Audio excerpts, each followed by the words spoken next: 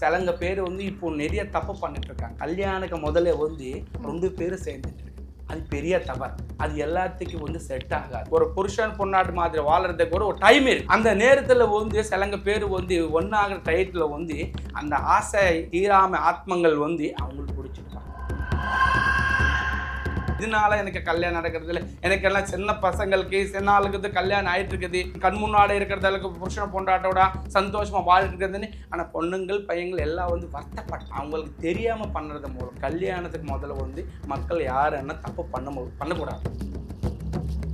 ஆத்மங்கள் வந்து அவங்களுக்கு பிடிச்சிட்ட உடனே என்ன நினைச்சிருப்பாங்க, இவங்களுக்கு தான் எங்க புருஷன், இவங்களுக்கு தான் என்னோட பொண்டாட்டி நினைச்சு வச்சு அவங்களுக்கு கூட வாழ்த்து. அவங்க என்ன நினைச்சு தப்பு பண்ணிட்டு வெளியே போயிட்டு மறுபடியும் வந்து கல்யாணத்துக்காக பார்த்துட்டு இருக்கு. ஆனா கல்யாணம் இவங்களுக்கு கல்யாணம் நினைச்சிட்டு செஞ்சுக்கலாம்னு முன்னாடி போகும்போது கூட இந்த சக்தி வந்து தடங்களை பண்ணும். பொண்டாட்டி புருஷன்ல வந்து நடுமுறை இன்னொரு ஆளை வந்து ஒத்துக்கிறீங்களாமா, பேய்தான் ஒன்றாதவங்களே. இதுதான் தெரியாம எத்தனை பேரும் கல்யாணுக்கு முதல் தப்பு பண்ணதுக்கிறதுனால இந்த பிரச்சனை வரும். இந்த பிரச்சனை மூலமா கல்யாணம் நடந்ததுக்கு அப்புறம் கூட பிரிஞ்சு போயிடும். செய்வினையிலிருந்து ஒருத்தவங்களை வந்து வெளியே எடுத்துட்டு வரணும் அப்படின்னா பொருட்கள் எல்லாம் எப்படி சார் பயன்படுத்துவீங்க? பஞ்சபூதங்கள் பூஜை ஏற்பாடு செஞ்சு இந்த மாதிரி ஒரு சக்தி பொம்மை அவங்க பேர்ல இந்த மாதிரி பொம்மை ரெடி செஞ்சுட்டு பூஜைக்குள்ள வச்சு மந்திர மூலமா கட்டி அவங்க மேல இருக்கிற சக்தி பேயி பிசாச்சி மோகினி எது இருந்தாலும் இந்த பொம்மைக்குள்ள அனுப்பி வைக்கும். இந்த கலியுகத்துல வந்து அண்ணன் தம்பி சொந்தம் பந்தம் அன்பர்கள் யாருக்கு சம்பந்தம் கிடையாது. ஒருத்தர் முன்னேறி போனாலும் அவங்களுக்கு பிடிக்காது. பொறாமை வாயி அந்த கோபத்துல வந்த பிரச்சனை செய்வம் கோளாறு. சிலங்க பேருக்கும் ஜாதகத்தை மூலமா பிரச்சனை வரும். அந்த ஜாதகத்துல வந்து நவகிரகங்கள் இருக்கு. அந்த 9 கிரகங்கள் மூலமா சிலங்க பேருக்கு கல்யாணம் நடக்காது, தள்ளி போயிடும். சிலங்க பேருக்கு வந்து வெளிநாட்டுக்கு போறது, தொழில் செய்யறதுக்கு, வியாபாரம் பண்ணுறதுக்கு அது நடக்காம தள்ளி போயிடும். ரெஃப்ளெக்ட் ஆன்மீகம் நேயர்களுக்கு வணக்கம். இன்னைக்கு நம்ம கூட குருஜி கிருஷ்ணம் ராஜு அவர்கள் இணைஞ்சிருக்கிறாரு. அகோரி கோலத்துல இன்னைக்கு நம்ம கூட வந்துட்டு இன்டர்வியூ கொடுக்க வந்திருக்கிறாரு. நிறைய விஷயங்கள் அவர்கிட்ட பேச போறோம், கேட்டு தெரிஞ்சுக்க போறோம். வாங்க தொடர்ந்து பேசலாம். வணக்கம் சார். ஓம் காளி, ஓம் நம சிவாய, ஹர மகாதேவ சம்போ சங்கர. ஓம் சக்தி பராசக்தி ஆதிசக்தி ஜெகஜோதி ஜெகன்மாதா மகாகாளி மகாசக்தி. வணக்கம் அம்மா. வணக்கம் சார். நல்லா இருக்கேன் சார். நீங்க எப்படி இருக்கீங்க? நான் நல்லா இருக்கேன்மா, சந்தோஷம். சொல்லுங்கம்மா சார். இப்போ என்னன்னா நிறைய பேர் வந்துட்டு செய்வினை பற்றி நிறைய விஷயங்கள் சொல்லிக்கிட்டே இருக்கிறாங்க, நிறைய விஷயங்கள் பேசிக்கிட்டு இருக்காங்க அப்படின்னும் பொழுது இப்போ நீங்கள் வந்துட்டு என்னென்ன மாதிரியான செய்வினைகள் எல்லாம் க்யூர் பண்ணிட்டு இருக்கீங்க சார், அதை பற்றி சொல்லுங்கள். சொல்கிறேம்மா. முதல்ல வந்து பிரச்சனை எந்த ரூபத்தில் வந்துருக்கு தெரிஞ்சுக்கன்னா அதுக்கு பரிகாரம் செஞ்சுக்க முடியும். மக்கள் வந்து பிரச்சனை எதனால வந்துட்டு இருக்குது யாரும் தெரிஞ்சுக்கிறது இல்லை. ஒரு பிரச்சனைக்கு வந்து ஒரு தீர்வு கிடைக்கும். முதல்ல வந்து சைவம் கோளாறு வந்து உலகத்தில் எல்லாரும் மேலே இருக்கும். என்னோட மேலே இருக்கும், உன்னோட மேலே இருக்கும். உலகத்தில் கஷ்டப்பட்டு முன்னேறி போடுறது எல்லாத்து மேலே வந்து பிரச்சனை இருக்கும். அந்த பிரச்சனை தாண்டி வர்றதுக்கு வந்து வழி தெரிஞ்சுக்கணும். அந்த வழி தெரியாமல் எத்தனை பேரோ கஷ்டப்பட்டுருக்காங்க. முதல்ல வந்து வந்த பிரச்சனை வந்து எந்த ரூபத்தில் வந்துருக்கு. பிரச்சனை வந்து எல்லாத்துக்கும் வந்து 3 விதமாக இருக்கும். அம்மா உலகத்தில் வந்து எல்லாருக்கும் வந்து 3 விதமாக எப்படி நடக்குதுன்னா கடவுளை கொடுத்த பிரச்சனை இருக்கும், ஜாதகம் மூலமா வந்து பிரச்சனை இருக்கும், மந்திரம் மூலமா இருக்கும். இது மந்திரம் மூலமா நடந்த பிரச்சனை தான் செய்வம் கோளாறு. இந்த செய்வம் கோளாறுல பல விதமா இருக்கும். முதல்ல அவங்களுக்கு நடக்கிறது பிரச்சனை ஜாதகம் மூலமா வந்ததா இல்லை கடவுளை கொடுத்த பிரச்சனை. கடவுள் என்ன கொடுத்துருக்க பிரச்சனைன்னா குலதெய்வம், கும்மர தெய்வம், இஷ்ட தெய்வம், இந்த மாதிரி பரம்பரை நினைச்சு கடவுள் கும்பிட்டு வந்துட்டு இருக்காங்க. ஆனால் சில பேர் வந்து பரம்பரை தொழில் வந்து எப்படி பண்ணிட்டு இருக்காங்கோ கடவுள் கும்பிட்டு நடுமுல விட்டுட்டு போயிட்டுருவாங்க. அவங்களுக்கு தெரியாது.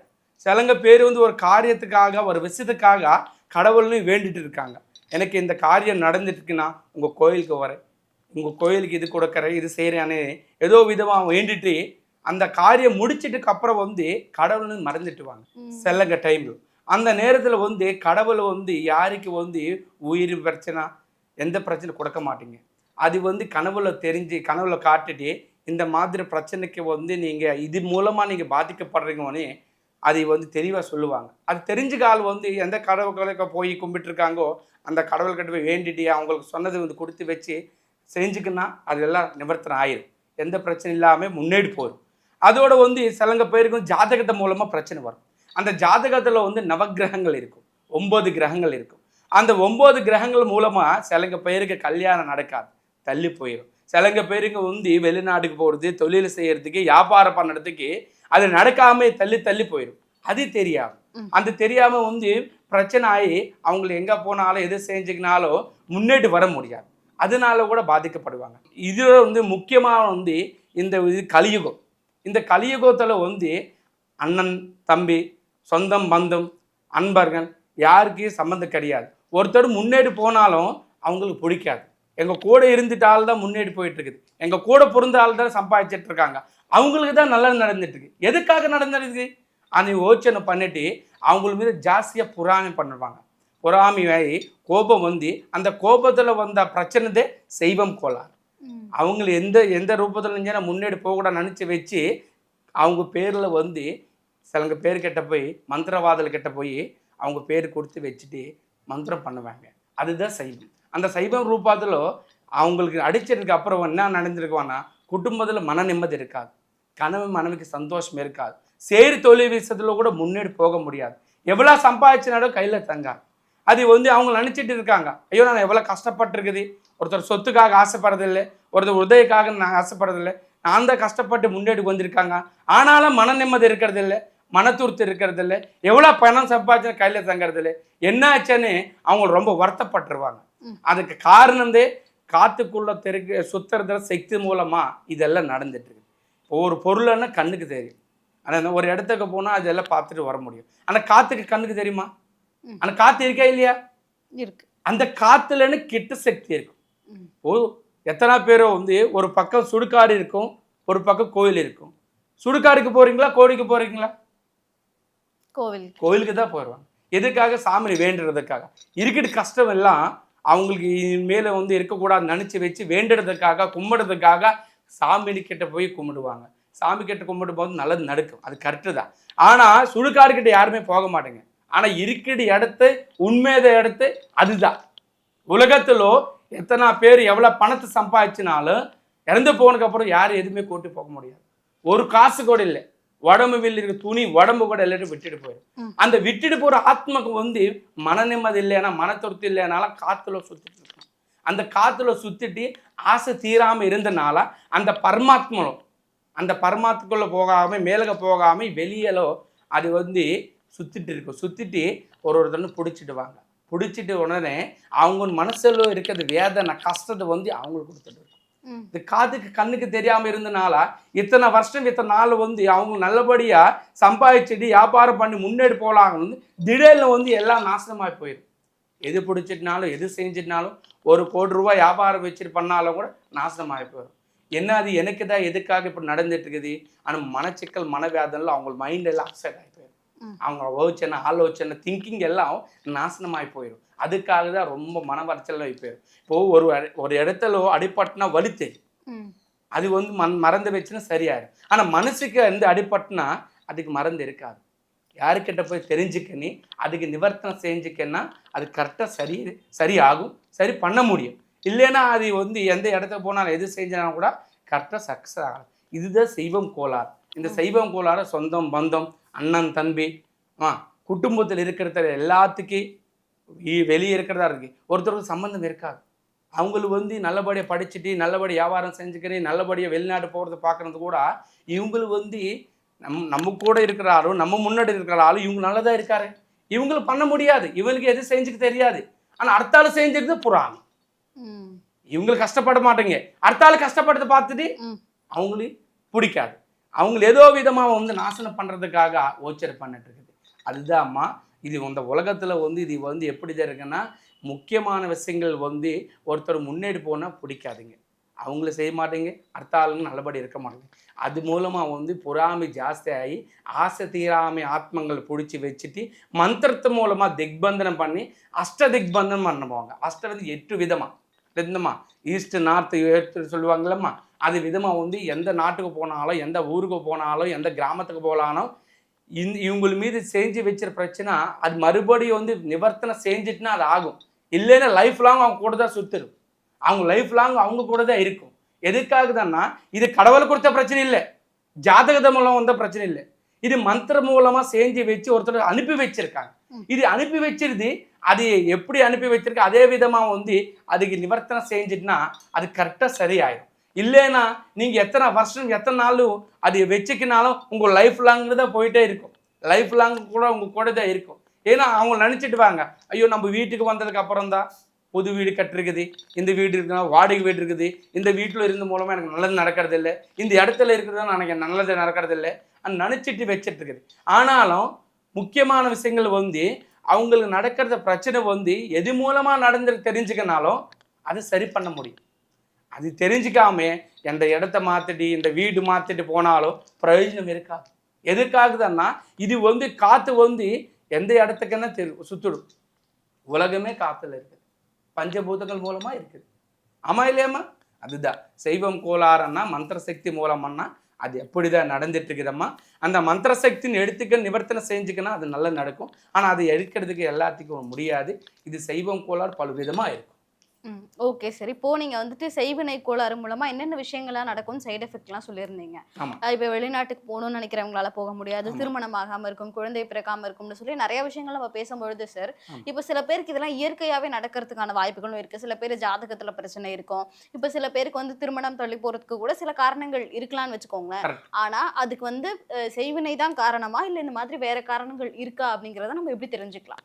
நல்ல விஷயமா இப்போ நீங்கள் கேட்டது நல்லது. ஏன்னா முக்கியமான விஷயங்கள சைவம் கோளாறு வந்து பல விதமாக இருக்குது. சைவ மூலம் வந்து ஆத்ம திக்பந்தன் இருக்கும், அஷ்டகட்மை இருக்கும், பேய் பிச்சாச்சர், முக்கியமான மோகினி சக்தி இருக்கும். கல்யாணம் பற்றி கேட்டிருக்குதுங்க. கல்யாண விஷயத்துல எத்தனை பேருங்க என்ன தப்பு பண்ணிட்டு இருக்குதுன்னா, ஜாதகத்தில் பார்க்கறதுக்கு வந்து ராசி பலம் ஒன்று இருக்கும், பேரில் வந்து ராசி பலம் ஒன்று இருக்கும். ஜாதகத்துக்கு பேருக்கு சம்மந்தம் இல்லாமல் வச்சுக்கிட்டாங்க. ஆனால் பிறந்த நேரத்தில் எழுதி வச்ச ஜாதகத்துக்கு வந்து ஒரு கிரகணங்கள் இருக்கும். ஆமாம், அதுக்கு வந்து ஒரு பேர் வரும். அது விட்டுட்டு தனியாக இவங்களுக்கு ஒரு பேர் வச்சுட்டுவாங்க. இந்த பேர் வச்சுக்கேனே எங்கே போனாலும் ஒரு காரியம் செய்கிறதுக்கு கல்யாணம் பண்ணுறதுக்கு இந்த ஜாதகத்தில் காட்டிடுவாங்க. ஆனால் இந்த ஜாதகத்தில் ஒரு ராசி வரும், சிம்ம ராசி வரும். இவங்களுக்கு வச்சுக்கிறது பேருக்கு வந்து கன்னியா ராசி வரும். அதுக்கு எப்படி செட் ஆயிடும்? நீங்கள் காட்டுறது ஒரு ஜாதகத்தை, நீங்கள் வந்து வச்சுக்கிறது பேர் கும்புறது ஜாதகம் இன்னொரு பேர். அது எப்படி செட் ஆகும்? அது செட்டே ஆகாது. அது ஜாதகத்து மூலமாக அந்த பிரச்சனை மூலமாக, அந்த ஜாதகத்து மூலமாக அந்த பிரச்சனை மூலம் தெரிஞ்சுக்காம சிலங்க பேர் கல்யாணம் செஞ்சுக்கினாலும் ஒன்றா ஒத்த இருக்க முடியாது, நடுமுல பிரிஞ்சு போயிடுவாங்க. அதுக்காக தான் வந்து பெரியவங்கள் வந்து ஜாதகத்தை பார்க்கும்போது பேரு ஜாதகம் ஒரே விதமாக பார்த்துட்டு கல்யாணம் பண்ண சொல்லுவாங்க. அதுக்கப்புறம் வந்து முக்கியமான இன்னொரு விஷயங்கள் வந்து சிலங்க பேருக்கு கல்யாணம் தள்ளி போகிறது காரணம் வந்து மோகினி அங்கே இருக்கும். கல்யாணம் நடக்காமல் ஆசை தீராமல் இருந்தவங்க வந்து இறந்து போனாலும் அந்த ஆத்மக்கு சாந்தி இருக்காது. குடும்பம் இருக்கிறது ஆளுக்கு வந்து என்னது இறந்து போனாலும் அவங்களுக்கு வந்து காரியங்கள் எல்லாம் செஞ்சு வச்சு அவங்கள ஆத்ம சாந்தி பண்ணுறதுக்காக காரியம் எல்லாம் பண்ணுவாங்க. ஆனால் எனக்கு குடும்பம் இல்லைனாலும் வந்து இறந்து போயிடுவாங்க. அவங்களுக்கு யாரும் சாந்தி பண்ணுவாங்க? யாரும் சாந்தி பண்ண மாட்டேங்க. அவங்களுக்கு நினச்ச ஆசை வந்து தீராமல் இறந்து போயிடும். அப்புறம் வந்து அவங்களுக்கு சாந்தி பண்ணுறதால யாருமே கிடையாது. அதுக்காக அந்த ஆத்மா வந்து தேடிட்டு இருக்கும், தேடிட்டு வெளி அந்த காற்றுக்குள்ள அம்மா சுத்திட்டு இருக்கும். அது காற்றுக்குள்ளே சுத்திடும் போது சிலங்க பேர் வந்து இப்போ நிறைய தப்பு பண்ணிட்டு இருக்காங்க. கல்யாணுக்கு முதல்ல வந்து 2 பேர் சேர்ந்துட்டு இருக்கு. அது பெரிய தவறு. அது எல்லாத்துக்கும் வந்து செட் ஆகாது. அந்த நேரத்தில் கல்யாணம் பண்ணதுக்கு நேரத்துக்கு வந்து ஒரு பொண்ணுக்கு பையனுக்கு ஜாதகம் பார்த்துட்டு பிரம்ம முகூர்த்தம் இது என்னது பிரம்ம முகூர்த்தம் பார்த்து நல்ல நாள் பார்த்துட்டு அவங்களுக்கு கல்யாணம் நடக்கிறதுக்கு ஒரு என்னது ஒரு கார்டு போட்டுட்டு எல்லாம் கூட்டுட்டு சாப்பாடெல்லாம் வச்சுட்டு ஆசீர்வாதம் எடுத்துட்டு கல்யாணம் பண்ணிக்குவாங்க. ஆமாம் இல்லையா? அதே நேரத்தில் வந்து அதே மாதிரி ஒரு புருஷன் பொண்ணாட்டு மாதிரி வாழ்கிறதுக்கு கூட ஒரு டைம் இருக்கும். ஆனால் இதை சொல்லக்கூடாது. ஆனால் சொல்லிட்டுனா எல்லாருக்கும் புரிஞ்சிடும். மக்களுக்கு செய்கிற தவறை பற்றி தெரிஞ்சுக்கன்னா இன்னொரு தடவை தப்பு பண்ண முடியாது. அந்த நேரத்தில் வந்து சிலங்க பேர் வந்து ஒன்றாகிற டயத்தில் வந்து அந்த ஆசை தீராம ஆத்மங்கள் வந்து அவங்களுக்கு பிடிச்சிடுவாங்க.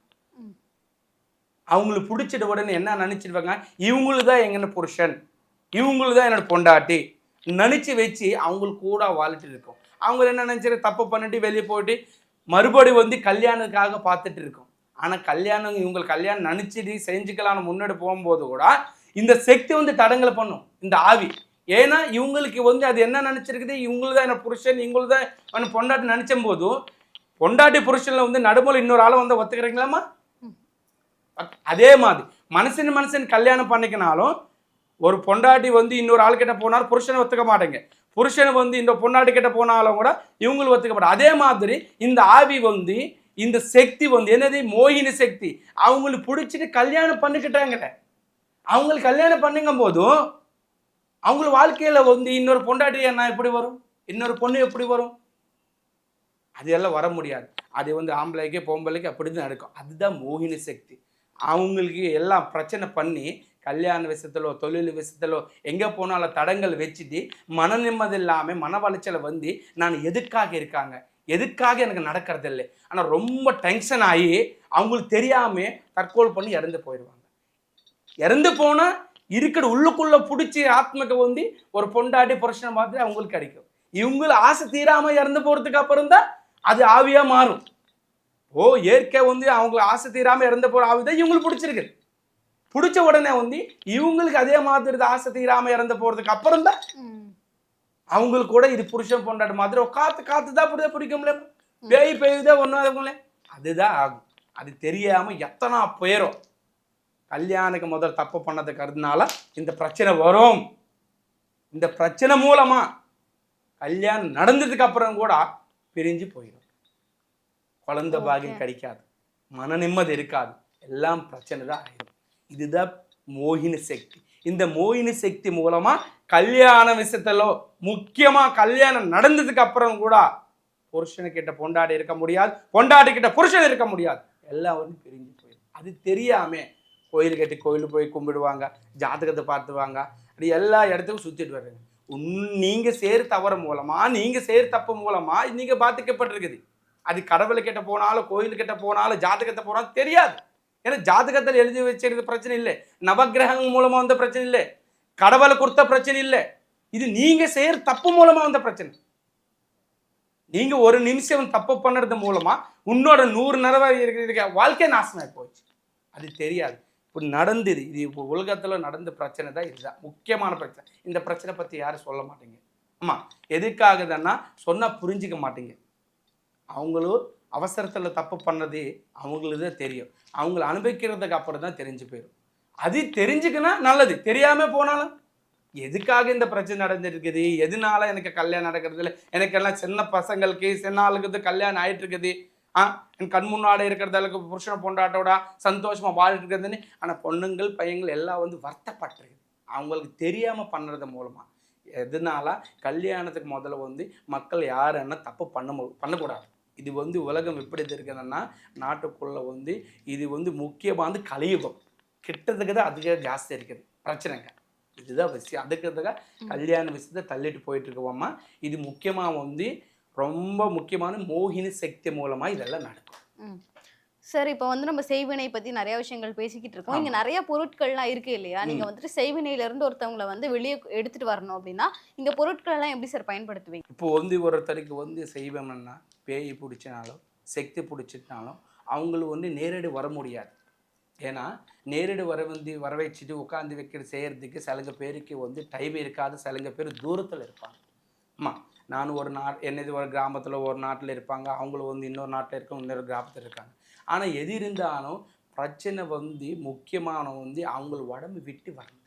அதுக்காக அந்த பஞ்சபூதங்கள் பூஜை ஏற்பாடு செஞ்சு இந்த மாதிரி ஒரு சக்தி பொம்மை ஒரு ரூபத்தின் அவங்க பேரில் இந்த மாதிரி பொம்மை ரெடி செஞ்சுட்டு பூஜைக்குள்ளே வச்சு மந்திர மூலமாக கட்டி அவங்க மேலே இருக்கிற சக்தி பேய் பிசாச்சி மோகினி எது இருந்தாலும் இந்த பொம்மைக்குள்ளே அனுப்பி வைக்குவேன். அவங்க எந்த இடத்துல இருந்தாலும் எந்த நாட்டில் இருந்தாலும் அது எப்படி அனுப்பி வைக்கிறீங்கன்னா அவங்க பேரில் மந்திரத்தை மூலமாக காற்று தான் இது உலகம் நடந்துட்டு சொல்லியிருக்கிறது இல்லையாம்மா. காற்றுக்குள்ளே இருக்கிறது இந்த தெய்வ சக்தினா கிட்ட சக்தினா எது இருந்தாலும். ஒரு எக்ஸாம்பிள் என்னங்கன்னா இப்போ கோயிலுக்கு போய் சாமினி மந்திரம் மூலமாக ஐயரங்களை வந்து பூஜை பண்ணிட்டு பண்ணுவாங்க, அது திக்பந்தனம் பண்ணுவாங்க. எதுக்காகனா முக்கியமான அது வந்து மந்திர சக்தி மூலமானா அது வந்து வேத மந்திரம்.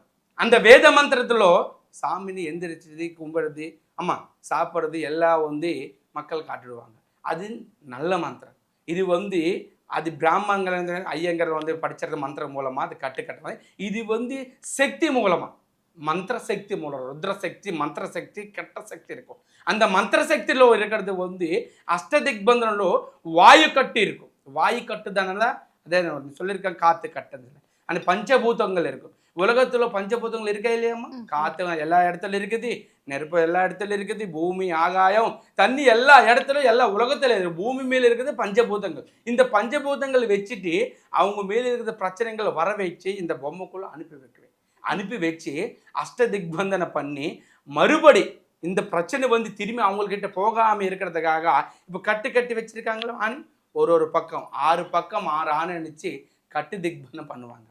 கட்டு திக்பந்தம் பண்ணால் திரும்பி அவங்கக்கிட்ட போகாது.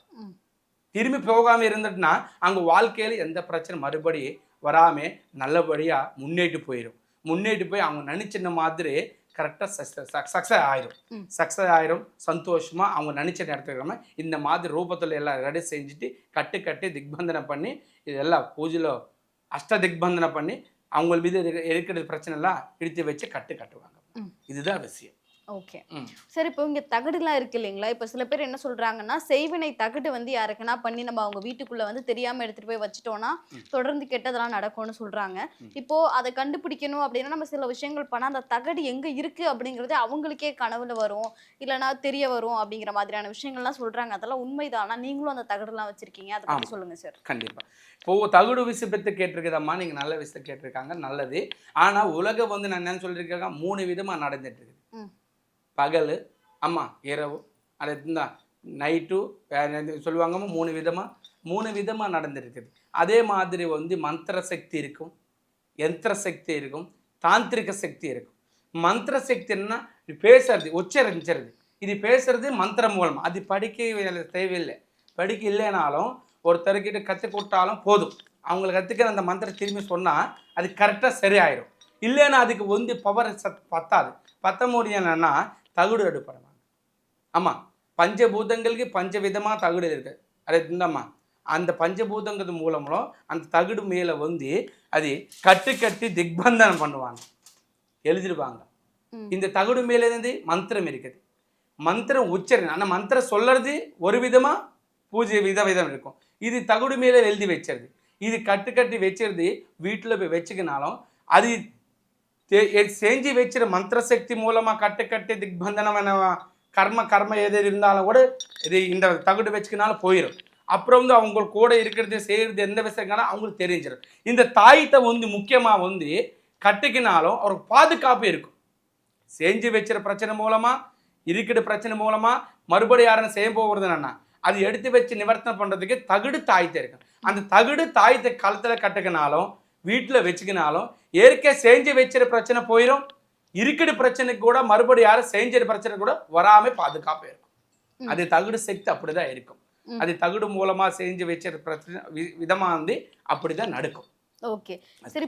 அப்போ இந்த தகடை வந்து நம்ம பாசிட்டிவாவும் யூஸ் பண்ணிக்கலாம், நெகட்டிவாவும் யூஸ் பண்ணலாம். இப்போ நீங்க சொல்றீங்க இப்போ இதை வச்சு கியூர் பண்ண முடியும்னு. இப்போ சில பேர் என்னன்னா இந்த மாதிரி தகடு எவி விட்டு இந்த தகடை வந்து வீட்டுக்குள்ள புதைச்சி வச்சுதான் இன்னொருத்தவங்க நமக்கு செய்வினை செய்யறாங்க அப்படின்னு சொல்றாங்க. அப்போ இந்த ஒரே ஒரு தகடு தான் நம்ம எப்படி வேணா பயன்படுத்தலாமா? கண்டிப்பாம்மா. இப்போ நீங்க நல்லா கேட்டுக்கிறேன். வீட்டில் வச்சுக்கும் போது ஒரு மனுஷிக்கு உயிர் எப்படி இருக்குமோ, உடம்புல உயிர் இருந்தா கூட பிறந்தாலும் கட்டிக்கிறதாலும் குடும்பத்தில் இருந்தாலும் கூட இருக்க முடியும். அதே உயிர் போனால் ஒரு 10 நிமிஷம் கூட இருக்க முடியுமா? கூட பிறந்த அண்ணா தம்பி அண்ணா கட்டிக்கிறது பொண்டாயிட்டேன்னா ஐயா பிள்ளைங்க இருக்க முடியாது. 1 மணி நேரத்துக்கு ஒரு வீட்டில் வச்சுக்க முடியாது. ஆனால் இறந்து போன வேதம் தான், பாதம் தான். ஆனால் அந்த செவன் பக்கத்தில் வச்சு இருக்க முடியாது. புரியுதாம்மா? ஒரு மனுஷனுக்கு உயிர் எப்படி, உடம்புக்கு உயிர் எப்படி முக்கியமோ ஒரு இடத்துக்கு உயிர் இருக்கு. அந்த இடத்துக்கு உயிர் போகிறதுக்காக அந்த இடத்துல மன நிம்மதி மன திருப்தி அவங்க வீட்டில் வந்து இருக்கிறதால முன்னேறி போகாமல் இருக்கிறதுக்காக அந்த தகுடு உள்ளே வைப்பாங்க. அது உண்மையான விஷயம். சிலங்க பேர் தெரியாமல் வச்சுருக்காங்க. ஆனால் எது வச்சுட்டுனாலும் மறுபடியும் அதுக்கு பரிகார நிவர்த்தனை மாதிரி இந்த தகுடு உள்ளே வச்சுக்க கும்பிட்டு இப்போ அவங்க தெரியாமல் உள்ளக்குள்ளே வச்சுருக்காங்க. அதுக்காக தான் அவங்களுக்கு பிரச்சனை நடக்குது. நானும் கொடுத்த தகுடு மூலமாக அவங்கள வந்து டெய்லி வந்து பூஜை செய்யுங்கும் போது அதுக்குள்ள மந்திரங்கள் வெளியே வரும். அதெல்லாம் சுத்தம் பண்ணலாம். அது உள்ளக்குள்ளே இருந்தாலும் வெளியே இருந்தாலும் உள்ளக்குள்ளே இருந்துட்டு தெரியாமல் வச்சுட்டு இருக்காங்க. இப்போ வெளியே வச்சு பூஜை பண்ணுறது நம்ம தெரிஞ்சுதான் பண்ணிட்டு இருக்குதுல்ல. அது 2 விதமாக சக்தி இருக்கும். ஒரு தகுடு சக்தி இருக்கும், அப்புறம் மந்திர சக்தி இருக்கும். அந்த மந்திர சக்தி அவங்க சொல்லிட்டு இருக்காங்க, தவிடு சக்தி வந்து இலையை வந்து சுத்தம் பண்ணிட்டு இருக்கு. இவங்க உள்ள வச்சுக்கிறது தவிடு மட்டும்தான் வச்சிருக்காங்க. ஆனா மந்திரம் படிச்சிருது அவங்களுக்கு தான் தெரியும். அது வந்து எப்படி காட்டுவாங்கன்னா, உள்ள பூமிக்குள்ள வச்சிருக்க சக்தியோட அது எப்படி காட்டிருக்காங்கன்னா, அமாவாசைக்கு பௌர்ணமிக்கு வெளியே தான் வரும் அந்த மந்திர சக்தி. அந்த மந்திர சக்தி வெளியே வந்ததுக்கு அப்புறம் தான் பிரச்சனை பண்ணுவாங்க. அதுக்கு நிவர்த்தனா 100% நான் கொடுத்த தகுடு பூஜைக்குள்ளே வச்சுக்கன்னு சிலங்க மந்திரம் மூலமாக அதை படித்து வெட்டி சாமின்னு எப்படி கும்பிட்டு இருக்காங்களோ அதே மாதிரி கும்பிட்டுனா கரெக்டாக செட் ஆயிடும். எந்த பிரச்சனை இல்லாமல் எந்த கர்மம் இல்லாமல் சரியாயிடும். அதை பற்றி கவலைப்பட வேண்டியது, நீங்கள் நேரடி வர வேண்டியதில்லை. எந்த தூரத்தில் இருந்தாலும் எந்த இடத்துல இருந்தாலும் எல்லாருக்குமே சரியாகுமா? கண்டிப்பாம்மா, எல்லாத்துக்கும் சரியாயிடும். எல்லாத்துக்கும் சரியாயிடும். எந்த தூரத்தில் இருந்தாலும் எந்த சந்தேகத்தில் இருந்தாலும் எனக்கு வந்து நேரடி வர முடியலன்னா ஃபோன் பண்ணி பேசிட்டுனா எல்லா விஷயங்களும் நான் சொல்கிறேன். அதுக்கு தகுந்த நிவர்த்தனை சொல்கிறேன். முதல்ல வந்து என்கிட்ட சந்திக்கிறாரோ பேசுகிறதுக்கு முக்கியமாக நான் கேட்குற விஷயம் ஒரே விஷயம்தான்.